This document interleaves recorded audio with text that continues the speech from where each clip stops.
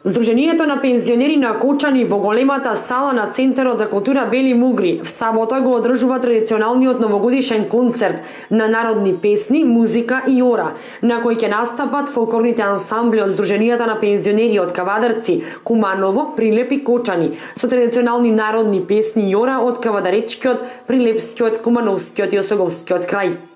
Пред концертот се очекува на пригодна свеченост подпредседателот на Сојузот на Здруженијата на пензионери на Македонија Салтир Каровски, на истакнати поединци од Кочанското здружение да им врачи признанија по повод 70 годишнината од пензионерската организација на Македонија.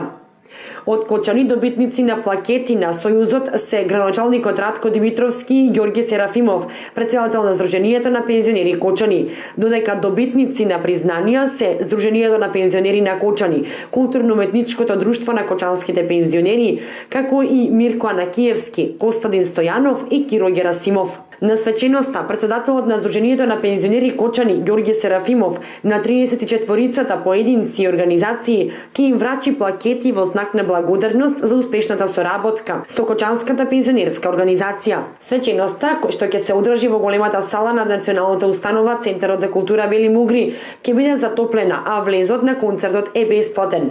Со ова, Здруженијето на пензионери Кочани одбележува годишнината од постоењето на Здруженијето и 70 години пензионерско организирање во Македонија.